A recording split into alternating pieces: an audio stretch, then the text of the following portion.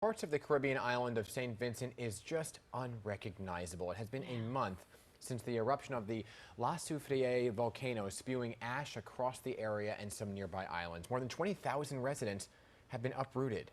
Two American businesswomen have joined forces to bring St. Vincent and the Grenadines back to its once grandeur. So one is currently actually on the ground at the scene of this disaster. The other joining us this morning with an update on ways that we can help. Please welcome Felicia Persaud, CEO of Invest Caribbean. Good morning. Thank you. Thank you very much. It's great to be joining you, and thank you so much for putting the spotlight on this natural and humanitarian disaster. Absolutely. I mean, these islands so very beautiful, and to see them just devastated like this. Give us an update on where they stand. Well, the situation right now is that scientists have said the volcano has stopped erupting, at least in the past 24 hours. But the situation is dire because it is a humanitarian disaster. 20,000 people are displaced. You have a third of the country that is decimated. And now with the rainy season here, what is happening is what scientists are calling lahars. And these are mudslides that are sliding down from the volcano, bringing with it huge boulders and rocks and debris into the towns and into the cities. And these are decimating foundations of homes already covered by ash. So the situation is extremely dire. The roads are decimated. People are displaced. They have their livelihoods that they don't know where they're going to go back to. And, you know, my partner, Danielle Corbin, she's on the ground firsthand, has been seeing this for an entire week and hearing the cries and the pleas of people. And our hearts are broken for St. Vincent and the Grenadines. And that's why we're doing our part as best as we can. Yeah. You know, so many residents were evacuated from their homes, right? So how many, and as you said 20,000, but where were they brought to? And is there any idea of when they'll be able to get back to their home to maybe check on it, get some of their belongings? Yeah, absolutely. Many are in shelters, and these are basically schools that are basic schools and buildings, not places that have beds or cots or anything. People have been struggling with the clothes on their backs, without many without food or water, and they don't know where they can go back to, because for many of them, their homes are decimated, destroyed. Their farms, many are farmers, they have no more farms to go to. Their plants are covered in ash. So it is an ongoing disaster. We're not sure how long this is going to go. It is not just a hurricane that happened overnight. These are 32 eruptions that happened, coupled with earthquakes and mudslides and landslides. And so it is really a situation where we are appealing to people to please help.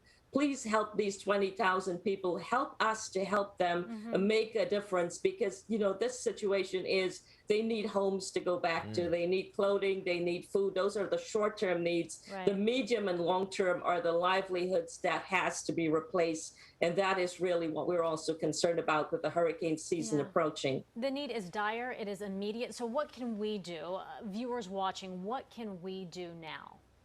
Absolutely. We'd urge them to donate. We have a GoFundMe, St. Vincent Volcano Relief Disaster. You can find that on GoFundMe, or you can also log on to our website, investcaribbeannow.com. You'll get all the information. People, of course, can donate in kind as well as cash donations. And we're urging major corporations, especially those who do business in the Caribbean and the Caribbean island of St. Vincent and the Grenadines, to join this effort. The government is completely over its head. It has hundreds of millions in damage, doesn't know where the money is going to come from in the midst of an economic recession and a pandemic. So we have to do our parts. As people, we need to be a blessing to each other, and that is our appeal this Friday morning. Yeah, you know, this is a little different than the hurricane, too, because, you know, there hasn't been a volcano eruption in quite some time here. But we did see with many of the hurricanes and other islands that people really do want to help, right? Especially when it comes to resources. They may not have the cash, but they certainly can donate some resources. What are some items or supplies that people can gather to send over? Absolutely. Clothing is now essential. People are living in shelters with just basically the clothes on their back. So they're asking for clothes. Students are asking for books, crayons, board games, and of course, food and water is still essential because you have to feed about 20,000 people.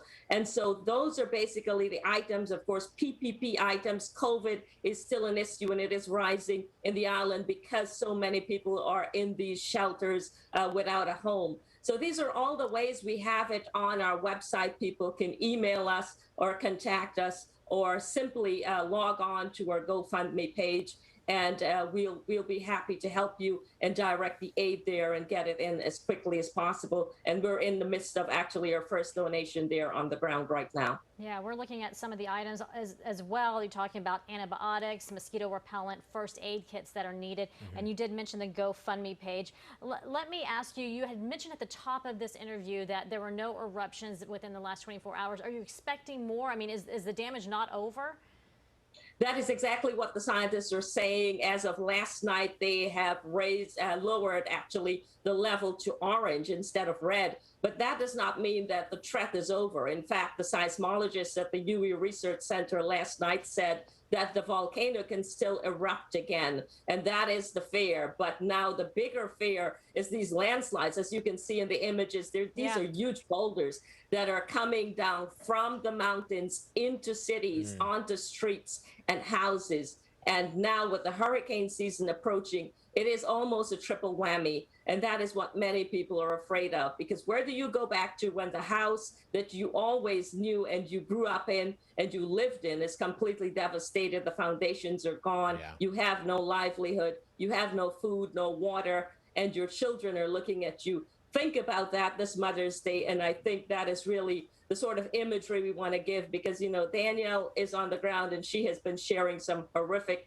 footage and images daily. So it really tugs at the heart. And I'm in this because my heart is broken for my Caribbean brothers and sisters in St. Vincent and the Grenadines. It could be St. Vincent and the Grenadines right now, but it could be another country coming up with the hurricane season. And we're there as Invest Caribbean to always be there to support and help, not just for the short term, but the long term as well. And we hope everyone that's watching will join us. Yeah, long-term aid is definitely needed. Felicia, thanks so much for the work that you and Danielle are doing, and thanks for informing our viewers of just the immediacy of efforts that are needed to help folks who are trying to survive this.